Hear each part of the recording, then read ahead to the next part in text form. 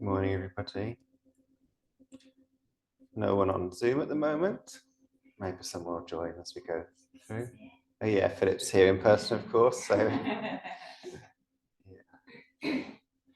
yeah, and Philip's going to read a Dharma glimpse that he's written for us this morning, and then we to pray. Thank you. So you have to bear with me. This looks quite long. It looks like an essay. And from memory, it's quite rambly, but we'll see how it goes. Okay, so this is Believing in Progress. I was sitting in the shrine room on my own, close to the end of another year. I wasn't feeling great, to be honest. My mind and body were unsettled. These aren't new phenomena for me. Indeed, they are old friends, even if they haven't always seemed that way. But slowly, gently, as I sat there for longer, things seemed to settle a bit.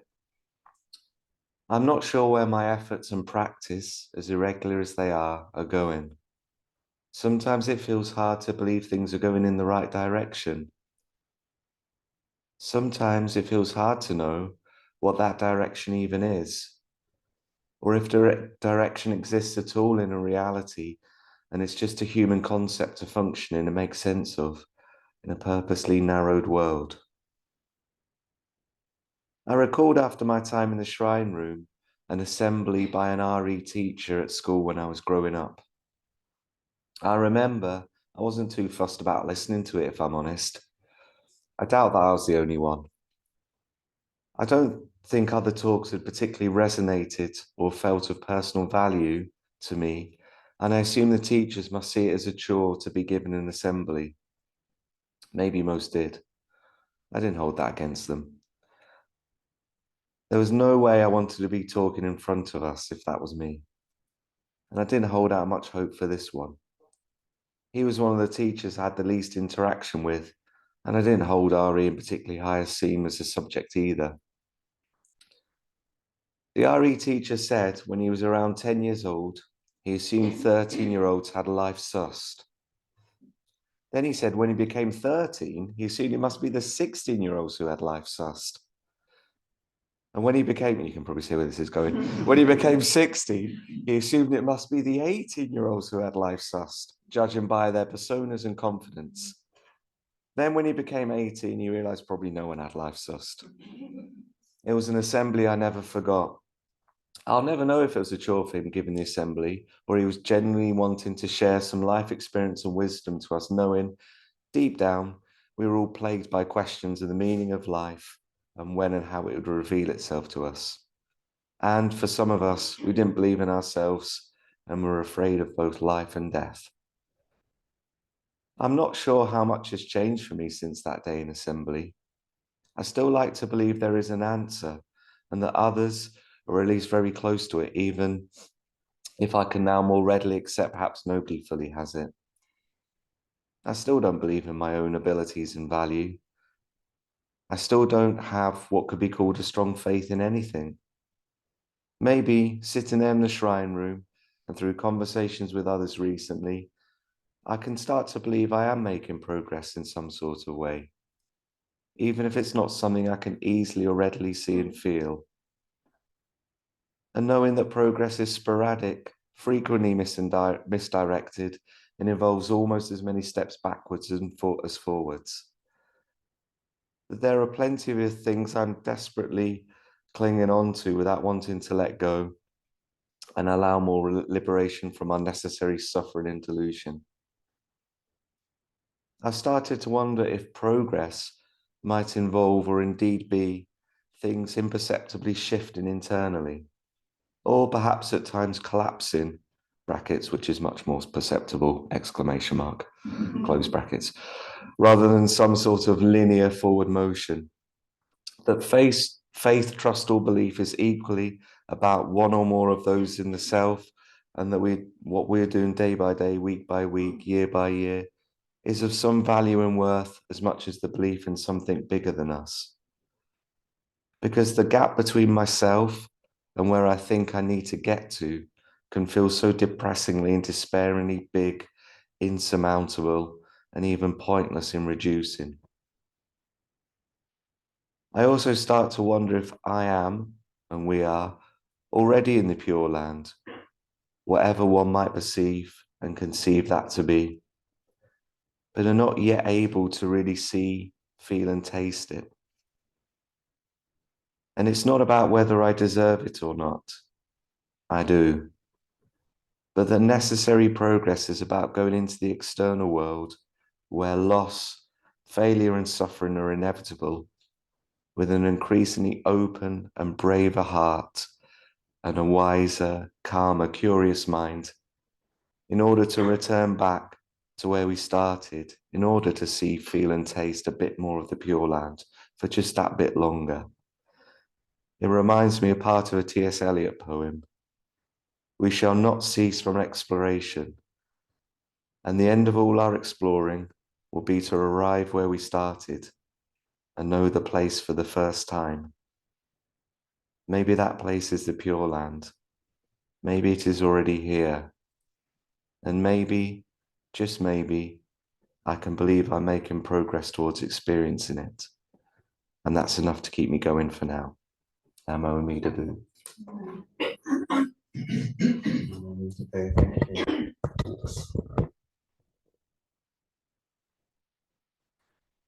So we'll go into a period of meditation. And we'll come out chanting Om Mani Padme Hum 3, which is on your A5 liturgy sheet and means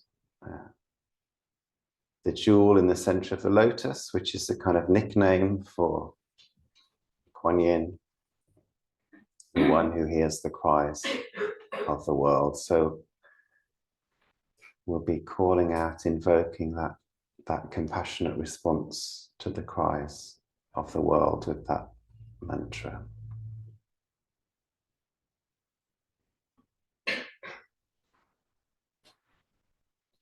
But for now, sitting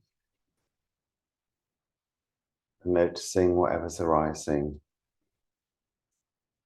not drawing anything closer and making stories or reacting or judgments about what we find, but not pushing anything away either.